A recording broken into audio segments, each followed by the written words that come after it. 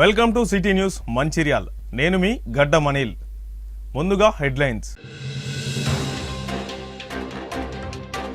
Bharatiya Janata party 11 సంవత్సరాల సుపరిపాలన సందర్భంగా మంచిర్యాల జిల్లా కేంద్రంలో ఏర్పాటు చేసిన ఎగ్జిబిషన్.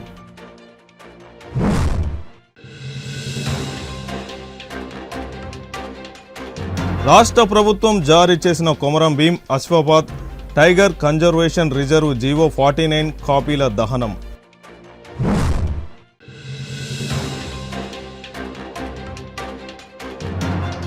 ఆపరేషన్ కగార్ను వెంటనే ఆపాలని డిమాండ్ చేస్తూ లక్షట్పేట్ శాంతి చర్చల కమిటీ నాయకుల పోస్టర్ల విడుదల.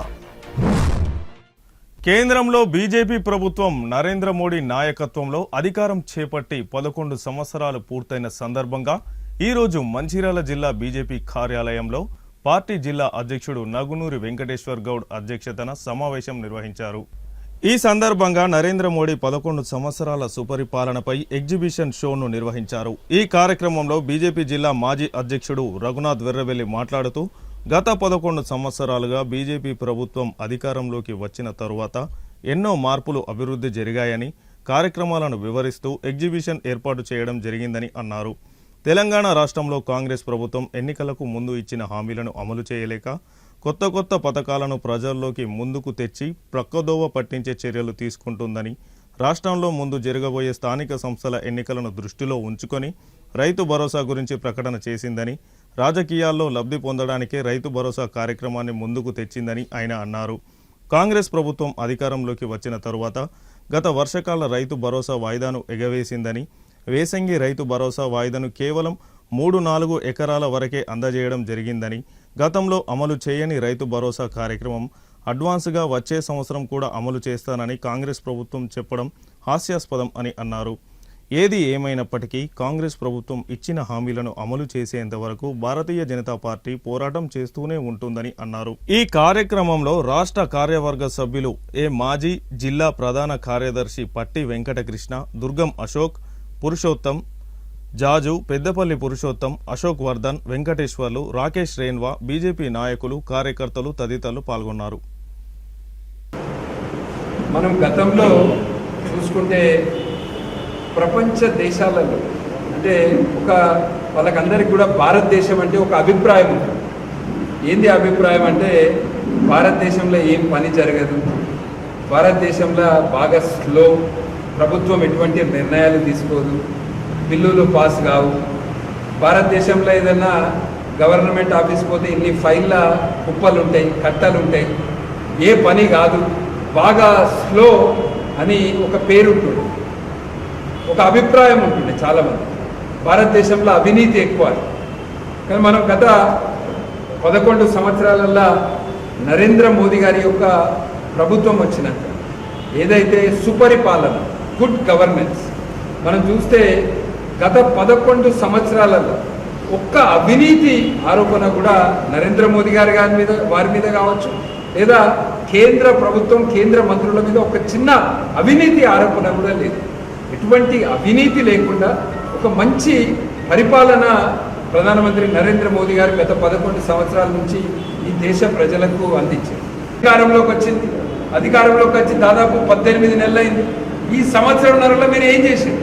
మీరు ఎన్నికల సమయంలో ఇచ్చిన హామీలు ఎక్కడ పోయినాయి? మీ 6 గ్యారంటీలు రైతులకు ఇలా కొత్తగా స్థానిక సంస్థ ఎన్నికలు వస్తున్నాయని ఇలా రైతుల ఖాతాల్లో ఇలా ఇయర్ నుంచి కిసాన్ రైతులకు రైతు భరోసా ఇస్తామని ఇలా పేపర్లలో వచ్చింది. మరి పోయినసారి వర్షాకాలంలో వేయాల్సినవి ఎక్కడ పోయినాయి?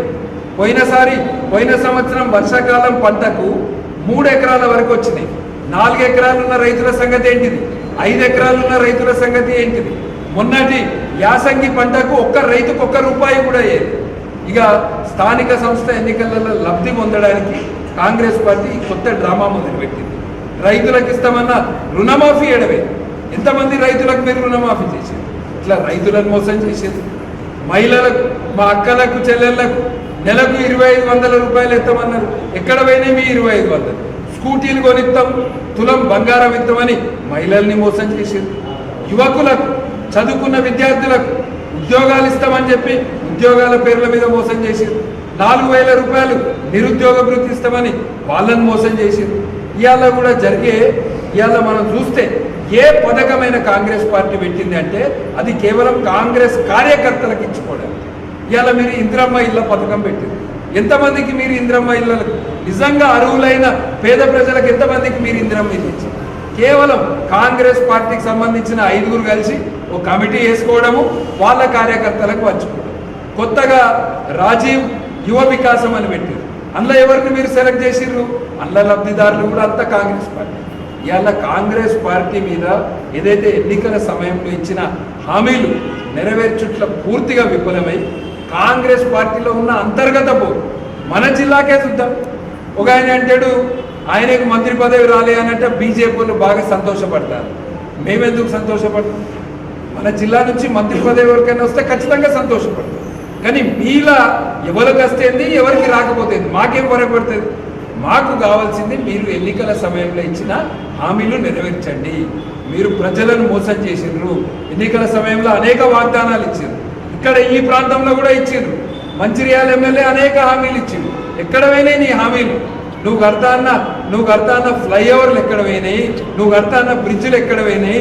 నువ్వు కొత్తగా పెడతాన్న డంప్ యార్డ్ ఎక్కడ పోయింది? ఎల్లంపల్లి బాధితులకు నష్టపరిహారం ఇస్తా అన్నది ఎక్కడ పోయింది? చెన్నూరు ఎమ్మెల్యే ఏం చెప్పిండు ఎన్నికల సమయంలో? 40,000 మందికి ఉద్యోగాలు ఇస్తా అన్నాడు. ఎక్కడ పోయినాయి మీ ఉద్యోగాలు? ఇవాళ మీరు కలిసి పనిచేయక మీ అంతర్గత పోరు వల్ల ఎమ్మెల్యే ఎంపీ కలిసి పనిచేయడు, ఎమ్మెల్యేలు మంత్రులు కలిసి పనిచేయరు. ఈ జిల్లా ప్రజలు నష్టపోతున్నారు. మేము కోరేది ఒకటే మిమ్మల్ని, మీరు బీజేపీ వాళ్ళు ఎవరికి సంబరాలు పడతారు దాని గురించి మర్చిపోయి మీరందరూ కూడా ఎమ్మెల్యేలు మంత్రులు ఎంపీ అందరూ కూడా కలిసి పనిచేయండి. ఈ ప్రాంతంలో మీరిచ్చిన ఎన్నికల సమయంలో హామీలను నెరవేర్చండి. లేని పక్షంలో బీజేపీ ప్రజల పక్షాన నిలబడుతుంది. ప్రజలకు న్యాయం జరిగేంత వరకు కూడా మేము పోరాడతామని తెలియజేస్తూ మళ్ళొక్కసారి నరేంద్ర మోదీ గారి ప్రభుత్వం గత 11 సంవత్సరాలలో ఈ దేశం అంతటా కూడా ఇలా నలుమూలల అభివృద్ధి జరుగుతుంది. మన జిల్లాలో కూడా అభివృద్ధి జరుగుతుంది. ఇలా నరేంద్ర మోదీ గారికి మంచిర్యాల జిల్లా ప్రజల తరఫున ధన్యవాదాలు తెలియజేస్తూ, నరేంద్ర మోడీ గారి పరిపాలన దేశంలో 11 సంవత్సరాలు పూర్తి చేసుకొని గతంలో నెహ్రూ గారి పేరిట ఉన్నటువంటి రికార్డును తిరగరాసినటువంటి సందర్భం లోపల ఈ 11 సంవత్సరాల కాలంలో నరేంద్ర మోడీ గారి నాయకత్వంలో దేశం ఏ విధంగా ముందుకు పోయిందనేటువంటి విషయాన్ని జిల్లా స్థాయి లోపల అన్ని జిల్లాల లోపల మరి ప్రెస్ మీట్లు పెట్టి చెప్పాలి అనేటువంటి జాతీయ పార్టీ పిలుపు మేరకు ఈరోజు పాత్రికేయుల సమావేశం ఇక్కడ ఏర్పాటు చేయడం జరిగింది. మనందరికీ తెలిసినటువంటి విషయము, నరేంద్ర మోడీ గారు ఈ దేశాన్ని మరి ప్రధానమంత్రిగా పదవి ప్రమాణం తీసుకున్నటువంటి సందర్భం లోపల దేశంలోని పరిస్థితులు ఏ విధంగా ఉండే, నేడు ఏ విధంగా ఉన్నాయి అనేటువంటి విషయాన్ని మనం పరిశీలిస్తే అనేక రంగాల లోపల కూడా భారతీయ జనతా పార్టీ నాయకత్వంలోని నరేంద్ర మోడీ ప్రభుత్వము ప్రపంచ దృష్టిని ఈరోజు ఆకర్షించేటువంటి స్థాయికి మనం ఎదిగినామని చెప్పి నేను ఈ సందర్భంగా మనం చేస్తూ ఉన్నాం. ఈరోజు రేపు ఎల్లుండి G7 దేశాల సమావేశం జరిగితే అంతకుముందు అవి ఎట్లుంటా కూడా తెలియని పరిస్థితి లోపల భారతదేశం ఉండే. కానీ ఇవాళ నరేంద్ర మోడీ గారిని ప్రతి G7 సమావేశానికి ఆహ్వానించే స్థాయికి ప్రపంచం లోపల మనం బలీయమైనటువంటి శక్తిగా ఎదిగినమన్నటువంటి విషయాన్ని మీ అందరికీ ఈ రకంగా ఈ సందర్భంగా తెలియజేస్తూ ఉన్నాం.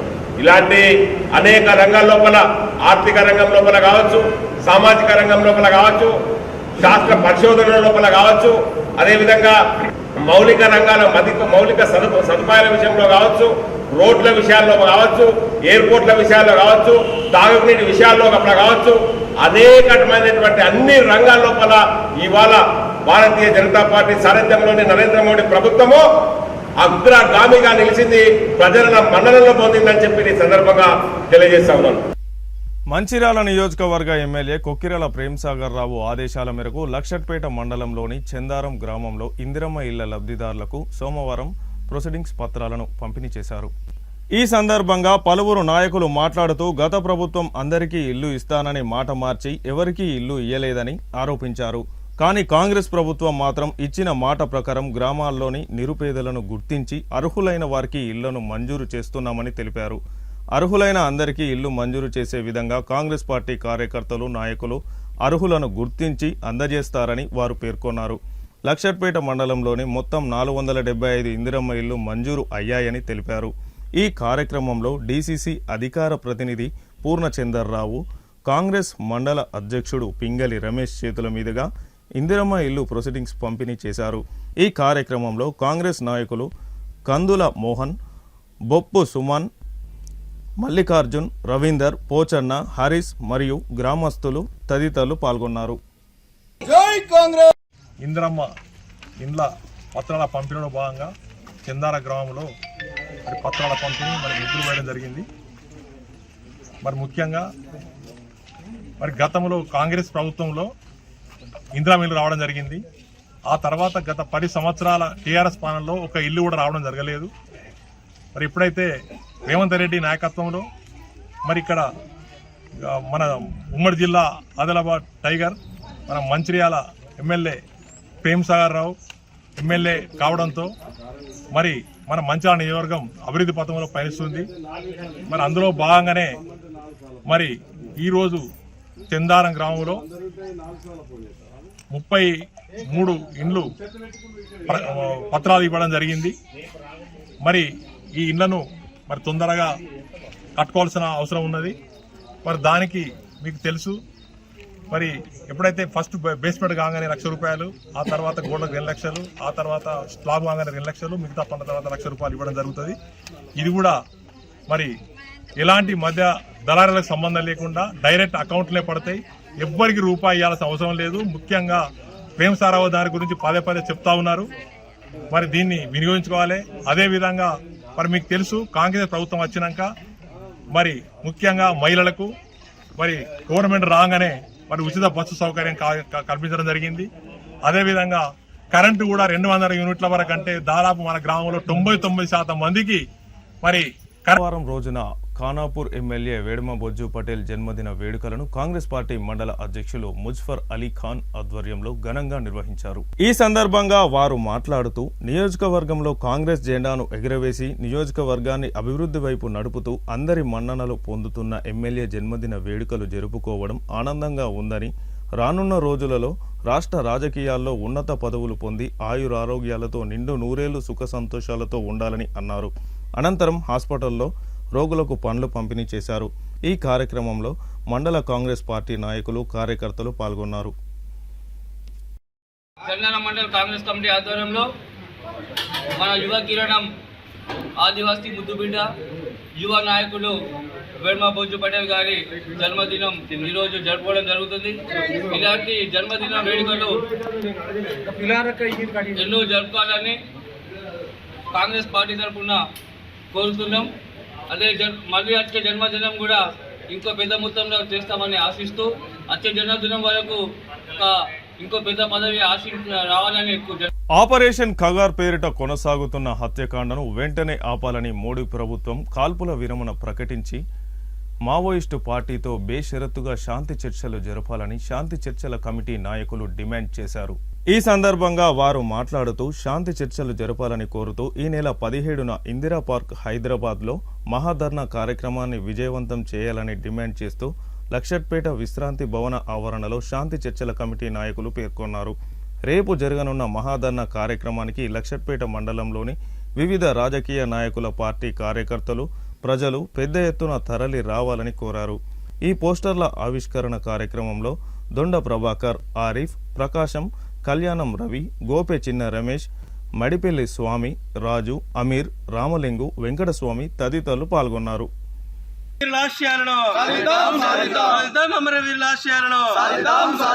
అని చెప్పి 17వ తారీఖు రోజున ఇందిరా పార్క్ వద్ద జరగబోయే ధర్నాను జయప్రదం చేయాలని ప్రజలందరికీ తెలియజేస్తున్నాం. ఏదైతే ఆదివాసులపైన, మావోయిస్టులపైన కేంద్ర ప్రభుత్వం దాడులు చేస్తుంది, దానికి వ్యతిరేకంగా కూడా ఈరోజు ప్రజలందరూ కదిలి రావాలని చెప్పి పిలుపునిస్తున్నాం. ఏదైతే ఖనిజ సంపదను దోచుకుపోవడానికి కేంద్ర ప్రభుత్వం మావోయిస్టులు ఆదివాసులకు రక్షణగా ఉంటున్న మావోయిస్టులను పట్టుకొని చంపడాన్ని దీన్ని తీవ్రంగా ఖండిస్తున్నాం. ఇప్పటికైనా మావోయిస్టులు లేఖలు రాస్తే శాంతి చర్చలకు రమ్మని చెప్తే కూడా ఇప్పటి వరకు కూడా ప్రభుత్వం స్పందించకపోవడం చిక్కుచేటు. ఇప్పటికైనా ఆదివాసులను రక్షించుకునే బాధ్యత మనందరిపైన ఉంది. ఆదివాసులు కనుమరుగయ్యే పరిస్థితి ఉంది.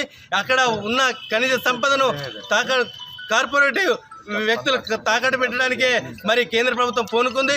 ఏదైతే మన ఖనిజ సంపదను మనం కాపాడుకోవాలి కాబట్టి అందరం ఏకమై ఏకతాటి మీద ఉండి రాబోయే రోజుల్లో కేంద్ర ప్రభుత్వానికి తగిన గుణపాఠం చెప్పాలని చెప్పి హెచ్చరిస్తున్నాం. ప్రభుత్వం భారతీయ జనతా పార్టీ బీజేపీ ప్రభుత్వం ఈ కగార్ అనే ఒక పేరు సృష్టించి మరి నక్సలైట్లని పేరు చెప్పి ఆదివాసులందరినీ దాదాపు 14-15 రోజుల్లో 500-600 మందిని చంపిన ఘనత ఈ అమిత్ షాకు ఉంది. అమిత్ షా కూడా జైల్లోనే ఉండే ఎంపీ కాకముందు. జైల్లోకి వెళ్ళి బయటికి వచ్చి ఇవాళ మన హోమ్ మినిస్టర్ తీసుకొని ఈ యొక్క కార్యక్రమం మన బీజేపీ మన ప్రధానమంత్రి గారు అప్పచెప్తే రోజు 50-20 మందిని చంపడం జరుగుతుంది. చాలా అన్యాయం ఇది. రేపు జరగబోయే మన హైదరాబాద్ చలో హైదరాబాద్ కార్యక్రమానికి మా కాంగ్రెస్ పార్టీ తరఫున మరి సిపిఎం వారి తరఫున ప్రభాకర్ గారి తరఫున మన ప్రకాశం సారు మరి వీళ్ళందరూ అటెండ్ అయ్యారు. దీని గురించి మేము ఈ పోస్టర్ రిలీజ్ చేయడం జరుగుతుంది. మరి మేమందరం కూడా రేపు ఇందిరా పార్క్ దగ్గర జరిగే సభను జయప్రదం చేయాలని కోరుతా ఉన్నాము. మేము కూడా వెళ్తామని ఈ సభాముఖంగా మేము చెప్పడం జరుగుతుంది. రేపు జరుగుతున్నటువంటి కగార్కు వ్యతిరేకంగా జరుగుతున్నటువంటి అదే మాదిరిగా కేంద్ర ప్రభుత్వంతో చర్చలు జరపాలని చెప్పేసి దానికి నిరసనగా జరుగుతున్నటువంటి ధర్నా కార్యక్రమాన్ని ఇందిరా పార్క్ దగ్గర జరిగే ధర్నా కార్యక్రమాన్ని విజయవంతం చేయాలని అఖిల పక్షాన అన్ని పార్టీలు బీజేపీ తప్ప అన్ని పార్టీలు ఈ కార్యక్రమంలో పోస్టర్ విడుదల కార్యక్రమం లోపల పాల్గొనడం జరిగింది. ఇప్పటికైనా చాలామంది వ్యక్తులు చెప్పడం జరిగింది. మధ్య భారతం లోపల ఎక్కువ ఖనిజ సంపద ఉన్నటువంటి రాష్ట్రాలు అవన్నీ కూడా గిరిజనులు ఎక్కువగా నివసిస్తున్నటువంటి ప్రాంతాలు. అక్కడి నుండి వెళ్ళగొడితే తప్పితే అదాని అద్వాని లాంటి ఈ బీజేపీ ప్రభుత్వానికి అనుకూలమైన ఉన్నటువంటి పెట్టుబడిదారులు ఎవరైతే ఉన్నారో వాళ్ళకి ఖనిజ సంపదను అప్పచెప్పి దోచుకుంటే వీళ్ళు పార్టీకి ఫండ్ ఇచ్చుకోవడం జరుగుతూ ఉంటుంది. అట్లనే దేశాన్ని దోచుకుంటే పేద ప్రజలు నష్టపోతారు. అదే మాదిరిగా ఇవాళ ఆపరేషన్ కగార్ పేరు మీద నక్సలైట్లను చంపుతున్నటువంటి పేరు మీద చాలామంది గిరిజనులను కూడా చంపడం అనేటువంటి జరుగుతుంది. ఇది దారుణమైనటువంటి చర్య. Asifabad tiger conservation reserve GO number 49ను వెంటనే రద్దు చేయాలని సోమవారం ఆసిఫాబాద్ కలెక్టరేట్ ఎదుట Sirpur MLA Palvai Harish Babu GO number 49 GO కాపీని దహనం చేసి నిరసన తెలిపారు. రాష్ట్ర ప్రభుత్వం ఆసిఫాబాద్ జిల్లాను కన్జర్వేషన్ రిజర్వ్గా ప్రకటించారని మండిపడ్డారు. వెంటనే ఆ నిర్ణయాలు వెనక్కి తీసుకోవాలని డిమాండ్ చేశారు. 49 జీవోతో ఆసిఫాబాద్ జిల్లాలోని రైతులకు తీరని అన్యాయం జరుగుతుందని రాష్ట్ర ప్రభుత్వంపై మండిపడ్డారు. ఈ కార్యక్రమంలో బీజేపీ జిల్లా అధ్యక్షులు శ్రీశైలం తదితరులు పాల్గొన్నారు. టైగర్ కన్జర్వేషన్ రిజర్వ్ ఆలోచనను Congress down down, Congress down down, Congress down down, Congress. పేదవారి ఆత్మ గౌరవ ప్రతీక సొంత ఇల్లు అని వాంకిడి మండల కాంగ్రెస్ అధ్యక్షులు గుర్నాలే నారాయణ అన్నారు. వాంకిడి మండలంలోని కానార్గాం గ్రామ పంచాయతీ కార్యదర్శితో కలిసి ఇందిరమ్మ ఇళ్లకు భూమి పూజ చేశారు. రెండో విడతలో భాగంగా గ్రామానికి 10 ఇందిరమ్మ ఇళ్లు మంజూరైనట్లు తెలిపారు. ప్రభుత్వ పథకాలను ప్రజలు సద్వినియోగం చేసుకోవాలని సూచించారు. కాంగ్రెస్ ప్రభుత్వం ఇచ్చిన హామీ మేరకు ఇంటి స్థలం, భూమి పత్రాలు ఉన్న పేదలకు ఇందిరమ్మ ఇండ్లు మంజూరు పత్రాలు పంపిణీ చేశామని తెలిపారు. వార్తలు ముగించే ముందు హెడ్లైన్స్ మరొకసారి. భారతీయ జనతా పార్టీ 11 సంవత్సరాల సుపరిపాలన సందర్భంగా మంచిర్యాల జిల్లా కేంద్రంలో ఏర్పాటు చేసిన ఎగ్జిబిషన్.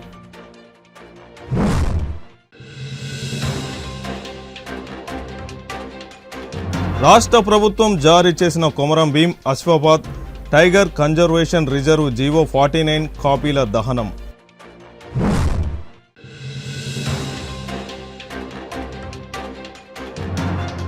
ఆపరేషన్ కగార్ను వెంటనే ఆపాలని డిమాండ్ చేస్తూ లక్షట్పేట్ శాంతి చర్చల కమిటీ నాయకుల పోస్టర్ల విడుదల.